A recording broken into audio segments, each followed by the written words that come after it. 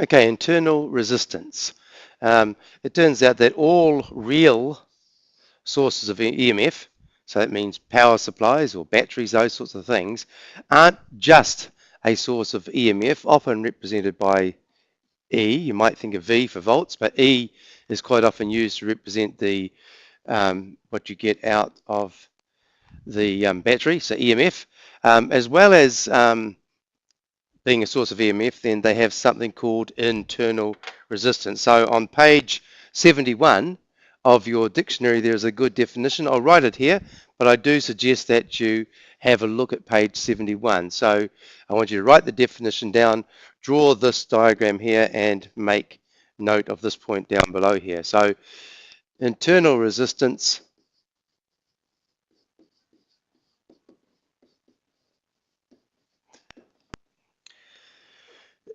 is the resistance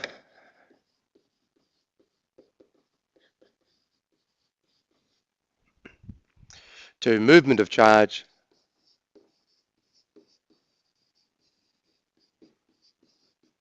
i.e. current.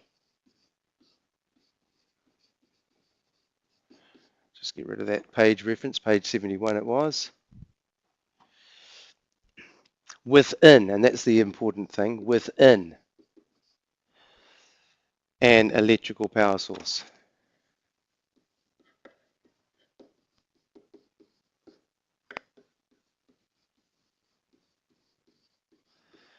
So looking again at this diagram over here, what we've got, as well as our source of EMF here, we've also got some resistance there.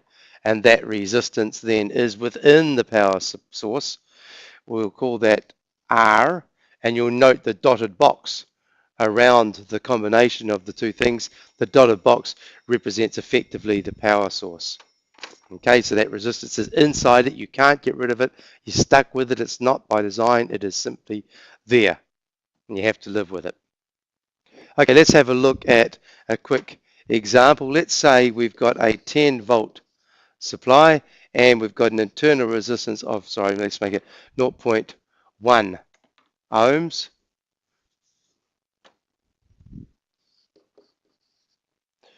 And let's connect this supply, I'll just sketch this here, to a resistor.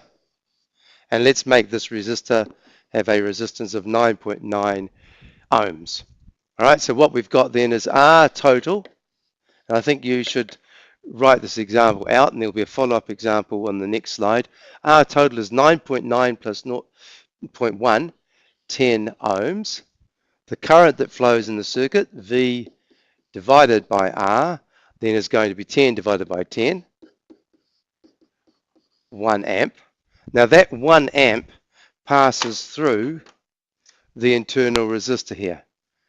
And when that passes through the internal resistor, there's going to be a potential difference across the internal resistor. In actual fact, I should have the arrow pointing to the more positive side there. So let's get rid of that arrow there.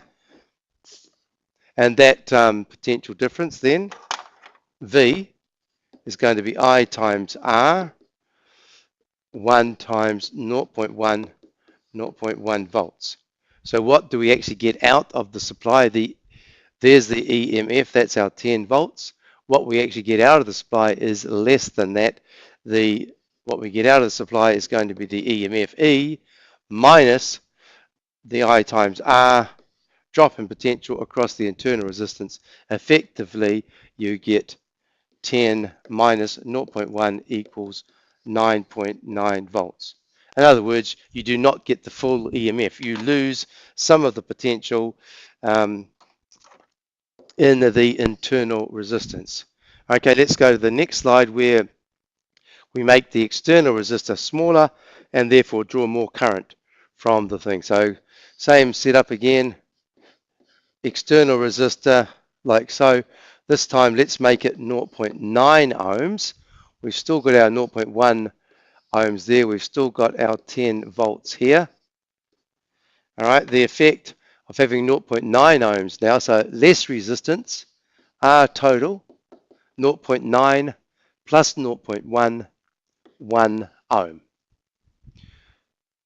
Current in the circuit then, V divided by R, 10 volts, divided by 1, 10 amps. So we've now got less resistance, hence more current.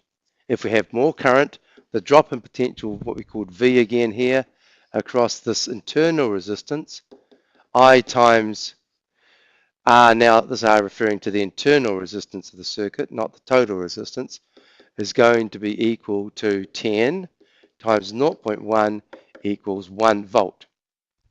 So what do we get out of the supply this time?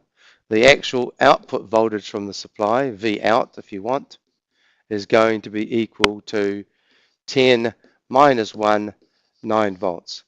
So we see that as the current increases, the output voltage from the supply drops because we are losing potential across the internal resistor there. So this example that I've just been through in the last 2 slides illustrates what's going on. I think it would be worth you thinking that through, and if you feel that it helps you to understand what's going on, that you note down that example. So let's summarize then. The effect of internal resistance is to reduce the potential difference between the terminals of the supply. That's sometimes referred to as the terminal potential difference, or terminal PD, when the supply is delivering current. And what the previous example has just showed is that the larger the current, then the greater the drop in PD. And I think also, therefore, the smaller amount of power that would be supplied to the external circuit as well.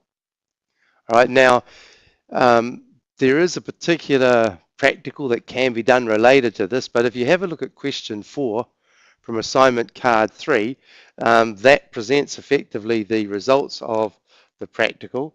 And again, it makes use of the formula I wrote up in that example just before, the get that right. The output voltage, V, is equal to the EMF minus I times R, where R is the internal resistance of the circuit. If you plot a graph of V against I, you get a straight line graph with a negative gradient. It's a little bit like what we do with our practicals, where we rearrange formulas and so on. If this is in the form y equals mx plus c, what have we got? We've got on the vertical axis, we've got V. On the horizontal axis, we've got I. Let's put the negative R out in front, plus E, and we have a look at the correspondence there. If we want to figure out the internal resistance, we work out the gradient of the graph. If we want to figure out the EMF of the supply, it is the y-intercept. So that's what this question 4 in assignment card 3 is about. And I have seen exam questions that do rely on you doing this type of analysis. So I think you need to take particular note of that example in your assignment. One other thing that I just wanted to mention was the whole issue about car batteries and that sort of thing. The reason why the lights go dim when you try and start a car while the lights are on is because of the effect of the internal resistance of the battery. You're drawing a huge current. The huge current going through the internal resistance of the car battery causes the terminal voltage of the car battery to go down, and therefore the lights dim. Okay.